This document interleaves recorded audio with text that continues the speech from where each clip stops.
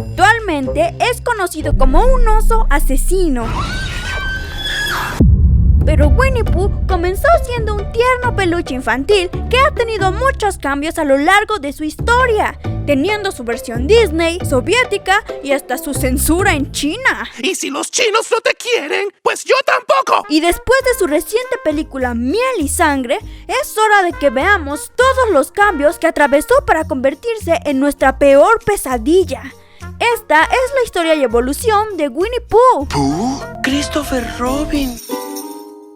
Toda la inspiración vino de unos cuantos peluches, los cuales pertenecían a Christopher Robin, hijo del creador de Winnie Pooh, Alan Alexander. Este hombre le dio vida a los peluches con los que su hijo jugaba, para hacerlos una realidad dentro de su libro. Y así nacieron Winnie the Pooh, el que fue nombre de este primer libro, Piglet, Igor, Kangoo y también Búho y Conejo, los que no se inspiraron en peluches, sino en animales del bosque cercano del que vivía Mine. Este libro salió el 14 de octubre de 1926. Y si piensas que olvidé a Tigger, no lo fue. Lo que pasa es que él no salió hasta el segundo libro en 1928, que igual estuvo inspirado en los mismos peluches. Y como dato, estos peluches todavía existen y hoy en día son piezas de museo muy valiosas. ¿De dónde salió el nombre de Winnie? Si Christopher Robin salió del hijo de Mine, el nombre del personaje estuvo inspirado en un oso que existió en la vida real. Winnie era una osa real que Alexander Mine miró en el zoológico de Londres y tiene una historia bastante interesante. Pues esta verdadera Winnie fue a la guerra. Sí, así como lo escuchan. Fue comprada por un teniente, el cual la convirtió en la mascota oficial de su brigada durante la Primera Guerra Mundial. Llegó a Londres porque los militares la dejaron en el zoológico. Esto para que la cuidaran mientras iban a Francia. Pero después de un tiempo, Winnie oficialmente se convirtió en parte del zoológico. Y no porque el batallón haya perdido o muerto. Más bien, se quedó porque ya era muy popular en el lugar, gracias al libro de Winnie the Pooh. La parte del Pooh no tiene algún significado profundo, pero viene de otro animal real. Pooh era el nombre de un cisne al que Christopher Robin le daba comida todas las mañanas. Así que eso le añadió más personalidad al nombre del oso amarillo. Los primeros libros tenían ilustraciones que se volvieron muy recordadas, y estas no las hizo Mine. Para eso trabajó otro hombre, Ernest Howard, quien para hacer los dibujos no se inspiró en la osa Winnie, ni siquiera en el Winnie Pooh de los libros. Él se basó en el peluche de su propio hijo. ¿Quién diría que los peluches de sus hijos les darían tanta inspiración? En 1945 tuvimos la primera versión traducida de Winnie the Pooh, hecha en Argentina, por la editorial Papyrus. Que esta versión no es muy recordada por muchos, pero fue parte del gran éxito que tuvieron estos libros. Varios estaban interesados en adaptar los carismáticos personajes de los cuentos, y una de sus primeras adaptaciones fue en 1958. Así que de 1958 a 1960 tuvimos una serie de televisión hecha con marionetas reales. Esto no fue por bajo presupuesto, sino más bien porque querían darle un estilo más realista y de esta forma lograr que se parecieran a sus versiones de peluche de la vida real. Esta adaptación fue mucho más antes de las versiones de Disney. Y claro, el magnate y ambicioso de Disney no se podía quedar atrás, y más porque las hijas de Walt Disney eran fanáticas de los libros de Winnie the Pooh. Las niñas pasaban horas leyendo los libros en su habitación. Walt escuchaba riendo sola a su hija Diane en su habitación, y cuando iba para ver de qué se reía, era por todas las ocurrencias del cuento de Winnie Pooh. Con esto, el señor Disney quedó convencido de que debía ser una adaptación sí o sí, así que no se esperó más y ofreció una jugosa cantidad de dinero a Alexander por sus cuentos. Y así, Disney se apoderó de los derechos de autor del osito, y para 1966 estaríamos viendo el primer corto de muchos, Winnie the Pooh y el árbol de miel. Tiembla y zumba, mi pancita me retumba.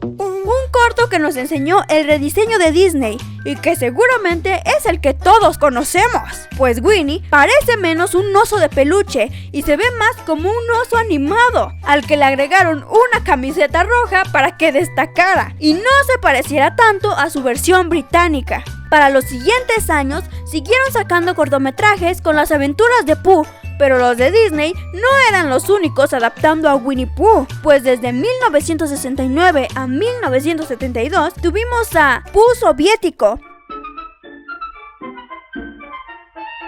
una versión de la Unión Soviética que contó 3 historias y su diseño era muy diferente a Winnie Pooh. De hecho, no tiene nada que nos recuerde a Winnie Pooh, y si lo ves, pensarías que es un mapache. Te estarás preguntando por qué la Unión Soviética pudo sacar su versión sin que Disney se metiera a pelear. Pues el mismo Disney les dio el permiso de sacar su propia versión, esto como un pequeño regalo para aligerar un poco la tensión de la Guerra Fría. Así que demos las gracias a Winnie Pooh por salvarnos de un posible enfrentamiento de armas nucleares. Y el bosque en el que se desarrolla la historia de Winnie, el bosque de los 100 acres, estaba basado en un bosque real llamado el bosque de Ashdown. El bosque tiene el puente de Punseyford, uno que para el año de 1979 fue restaurado y rebautizado como puente de los Post-its, igualito como sale en el libro, y fue inaugurado por el propio Mine. ¡Qué privilegio! Para 2005, Disney ya se tomaba sus propias libertades creativas, pues la película de Winnie the Pooh y el pequeño elefante de Disney ya no se parecía casi en nada a los libros originales, pues Disney ya tenía bien definida su propia versión. En los siguientes años, las animaciones de Winnie se dejaron de producir tan seguido, pero para ese entonces ya todo el mundo lo conocía, y en 2011 tuvo un regreso con una película llamada Winnie the Pooh. Para lo que Disney usó animación tradicional, tan bien hecha que si ves fotos pensarías que es mucho más vieja. Para esta película sí volvieron a agregar historias que venían del libro y tuvieron una muy buena banda sonora. He fills it with things that are sweet. I'm never forgetting to eat. Lo que hizo que muchas personas la consideraran la mejor película animada de ese año. Pero a pesar de que Winnie nos parece un oso tierno y pachoncito, no lo excluyó de que en China fuera censurado. ¿Qué? Dijeron que Pooh se parecía al presidente chino, así que somos ilegales en China ahora. De seguro han visto un montón de memes sobre esto, y es que esta pelea de China contra Winnie empezó a mediados del 2017, y la verdad no tiene tanta lógica, suena más bien como un berrinche. Es que la gente de internet comenzó a comparar al presidente de China con el osito, y en vez de hacerle gracia, se lo tomó muy personal, y así comenzaron a censurar todo lo relacionado a Winnie Pooh, tanto que hay videojuegos que prohíben ponerse el nombre de Winnie como nickname. En juegos como Overwatch, WoW y Kingdom Hearts se borraron las fotos del personaje. Tanto es el odio de China al osito que no se estrenó ahí la siguiente película. En 2018 vimos el live action, excepto los chinos, ellos no vieron nada, con Ewan McGregor, una película producida por Disney que llevó el nombre de Christopher Robin, donde se nos contaba la historia de un Christopher Robin adulto, al cual tenían que recordarle el valor de la amistad. Para estos personajes en live action se usó otra vez un diseño basado en peluches reales, pero con el mismo estilo de Disney, lo que hace que a lo mejor se vean un poco extraños. Pero la posesión de Disney no iba a durar para siempre, y en 2022 los derechos que Disney tenía sobre Winnie se acabaron, y así se hicieron de dominio público, al menos la mayoría de personajes, y por eso desde el momento en que acabaron en enero de ese año, luego tuvimos el anuncio de una nueva película bien diferente a lo que conocíamos de Winnie Pooh. Cuando vimos los pósters de Winnie Pooh, Miel y Sangre, pensábamos que se trataba solo de un fanmade muy bizarro, pero resulta que no, la película era real y ahora trataba de un Winnie Pooh asesino. en una versión no muy family friendly y que no es para niños. Obviamente enojó a muchas personas, pues transformaron a un personaje amigable e infantil en un monstruo del género slasher. Pero era eso justo lo que buscaba su creador, pues la película se estrenó apenas este año y ya hasta le está echando competencia a Terrifier. Gracias a ese morbo que generó en el público, está teniendo más éxito de lo esperado. Pero bueno, amigos, ¿y a ustedes qué les parece la historia del oso amarillo? Dejen sus respuestas en los comentarios.